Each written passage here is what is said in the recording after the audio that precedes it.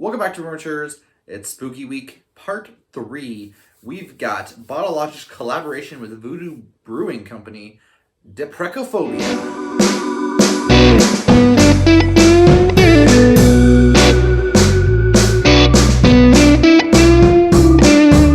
Alright, Mary and friends, I am super pumped for this beer because this was really hard to get a hold of. They did a very small release on this. This is a double mash stout, aged in bourbon barrels for 2 years. Not one. It's got the creepy little candle here. The food pairings are Stinking Bishop from Aliens, Black Garlic Pappardelle Pasta, and Ambrosia Apples. The director's notes say, for the best protective effect, drink at midnight under a full moon. Well, it's not midnight, it's not a full moon, but we will be drinking this tonight. There is an alcohol on here, and the viscosimeter is almost maxed out, everybody. It is like at an 8.8. So this is going to be a very thick beer, and that's what I remember the one time I've had this, is that it was fairly thick. As I mentioned in the intro, this is a collaboration with Voodoo Brewing Company. So shout out to them. I love this label. It's that nice, you know, pink and purple and yellow. So I looked up Deprecophobia on Untappd, and the summary is, wow. Don't say that. Here's my... So I looked up Deprecophobia on Untappd, and the summary here is, in early 2019, we summoned Voodoo Brewing to Anaheim to compare and combine our unique barrel aging techniques. We conjured a double mash imperial stout recipe built to withstand the course of time in 12 extraordinary Heaven Hill bourbon barrels, where it stayed in silent slumber for 2 years. There are no adjuncts. There is no post-barrel sorcery. Deprecophobia is a dripping portrait of grain, wood, and spirit. That sounds creepy. Yeah, so it was a big deal when this came out because there are no adjuncts. It's just the Heaven Hill bourbon barrels and double mashing. What is mashing? Mashing is the term given to start of the brewing process, where crushed grains are mixed with water to form a porridge-like mixture called the mash. It is in the mash that malt and other cereal starches are transformed into sugars and proteins, and other materials are made soluble, creating the fermentable liquid called the wort. Double mashing, as the name implies, involves 2 separate mashes, a main mash consisting of crushed malt and a cereal mash consisting of raw for at least an hour, Jesus Christ. Double mash, as the name implies, involves 2 separate mashes, a main mash consisting of crushed malt and a cereal mash consisting of raw adjuncts and a small charge of crushed malt. The latter is boiled for at least an hour to gelatinize the starches and is then added to the main mash, which has undergone an acid rest. So, there's a lot.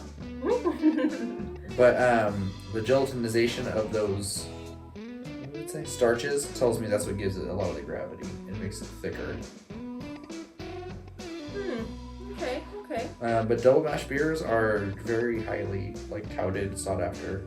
It takes a lot more work, it seems like, and that says online. I also looked up what Deprecophobia is. You want to guess? It's the fear of dead something. Is that your final answer? Yes. It is the fear of curses. Oh, same. It is typically suffered by a person who went through a lot of curses in their life, like numerous failures while not having great moments. Perfect for the spooky season.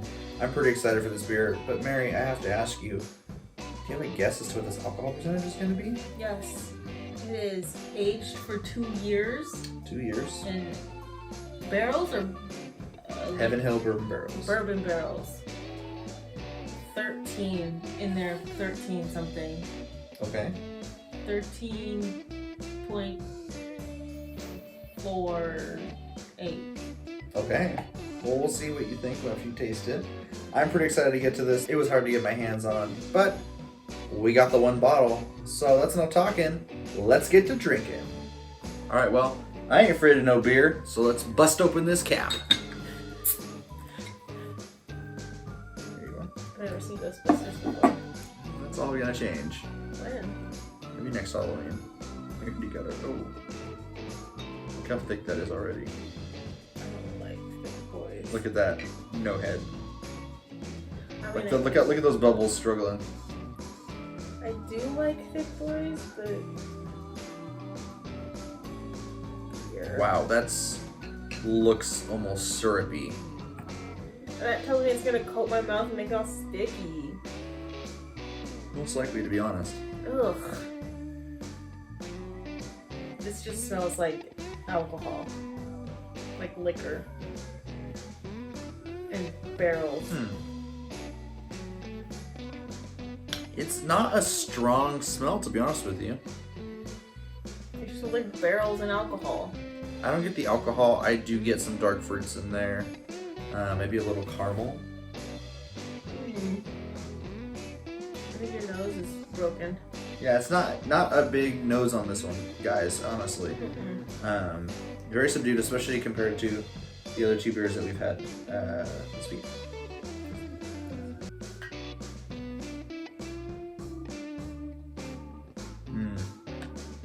Oh, wow. With the flavor on the palate. Big flavors. It is a thicker beer. It does coat your mouth. But this flavor sticks with you. It's still going as I'm talking right now. Am I supposed to make a huge sip of this? Or take a bigger sip? Yeah, definitely caramels, toffees. A little bit of those dark fruits. But So weird. nowhere near as sweet as obviously as Arcane Rituals was, even Dark Rituals. At the very beginning, I'm getting something that's almost like savory meat. Really? It's so weird. Our friends saw my faces that I've been making, and you'll see it when you edit this video, but it's not unpleasant, it's just very surprising to me. There's a little something there, but I like it, whatever it is. Maybe you could think of something like a dark truffle. Those are savory. It kind of reminds me of like a little bit of that. It's not earthy though. No. There's a tiny bit of sweetness. Like obviously I'm getting those toffee caramels, the dark fruits. A little more of the raisin than maybe a little more raisin than date, I would say. Sure. I can't do things like that. I can't pick out stuff like that. It just tastes like meat to me. But this is a tasty beer. This is the kind of stout that I really, really like. I mean, this is a year old at this point, so it has mellowed out in the bottle a bit.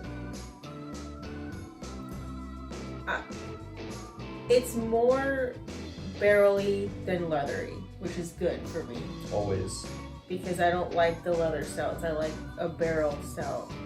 I don't usually like stouts that are just barrel aged because I like the kick of the alcohol. And this is bourbon barrel aged, but I'm not getting a lot of the alcohol taste at all. Not a lot. Which is weird because this was aged for 2 years. 2 years. But it has sat for a year. Yeah. It's like that taste at the very beginning is starting to fade, but it was very surprising. But it's not gross. I really enjoy this. I probably wouldn't buy this again this year again because there's other things that I can spend, $25 on. Another beer that I can spend $25 on. Another stout. $25, that's a lot. If this wasn't $25? That was more like 35. Okay, whatever, $10. Who cares? I wouldn't spend $35 on it because I could get another stout from Bottle Logic, one that I would like more. But if someone, brought this to a party and say, hey guys, I would be first in line, but it's not gonna get a 5 from me for sure. Wow. But I don't know, it's just that taste. Let me chew it. It's time for the Big Chew Spooky Edition.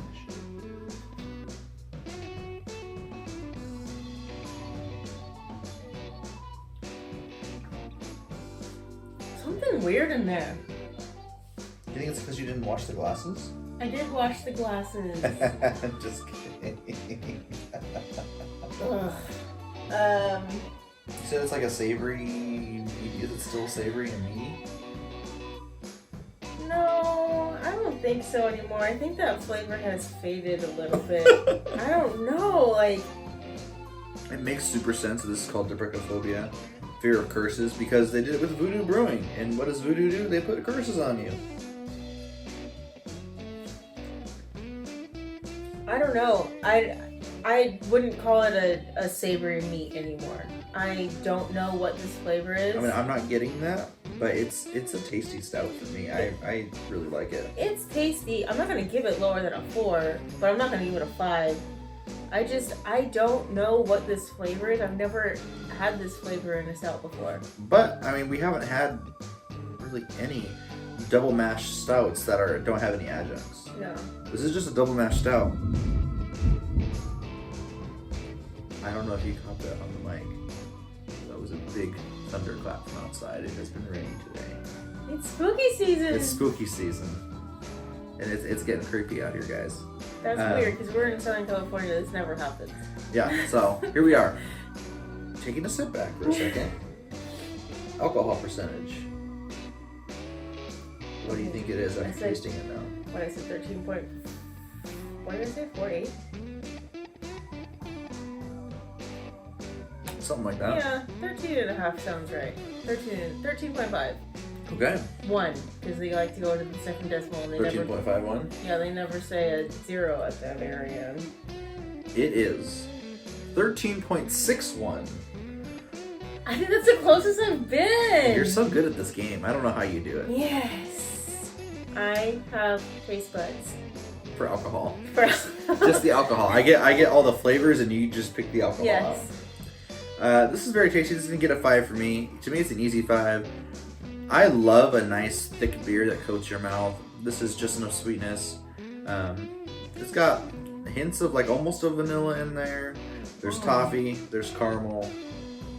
You know, yeah, that's it, huh? Vanilla? It's not that. That's not the flavor that I was getting before. It's in there, but though. it's like a weird like vanilla bean. It's not just like vanilla. It's like a vanilla bean. Sharp. It's not sharp, but like at points it's sharp for me. I don't know, but it's vanilla. I'm glad you said vanilla because I was gonna say it and you're gonna be like, what the hell are you talking about? No, it's definitely in there. That's probably from the bourbon barrels because bourbon does have sometimes a vanilla, sometimes a cherry little flavor to it. But yeah, 5 for me. Mary, what are you gonna rate this beer? I think that I would give this a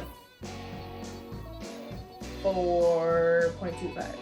Oh wow, so you like it less than the Arcane Rituals and Dark Rituals? Yes, only because I'm a sucker for adjuncts. I like flavors. I mean, this has a lot of flavor in it, but you know, I like flavors that I can put my finger on, you know? Like, I want to know, like, yes, this tastes like raspberry, so this is raspberry, you know? Like, I don't know what these flavors are. This is honestly just about appreciating the stout itself. Oh yeah. And the craft that goes into making it. I mean, we've had stouts that don't have any adjuncts in it, don't have any added flavors or anything like that. But this has a different flavor, and I do like it. It's bothering me that I don't know what these flavors are called. I can't put words to it. But it's so good. I can it's put so words good. to it. It is good. Impossible to find at this point, honestly. If you see it in the store, I would recommend scooping it up real quick. Super, super good. Last bottle is for me. Bittersweet, but great way to finish off part 3 of Spooky Week. On Monday, we are coming back with the final episode on Halloween. And it's a good one. Because, Mary, you like the adjuncts. So, what would you say if I told you we had this beer, but we put some coffee in it? Yes! Like, share, subscribe. Tickle the bell icon. You'll be notified when we upload new videos. You don't want to miss the Halloween episode. But until then, we're the Rumorateurs, trying every beer from around the world. One sip at a time.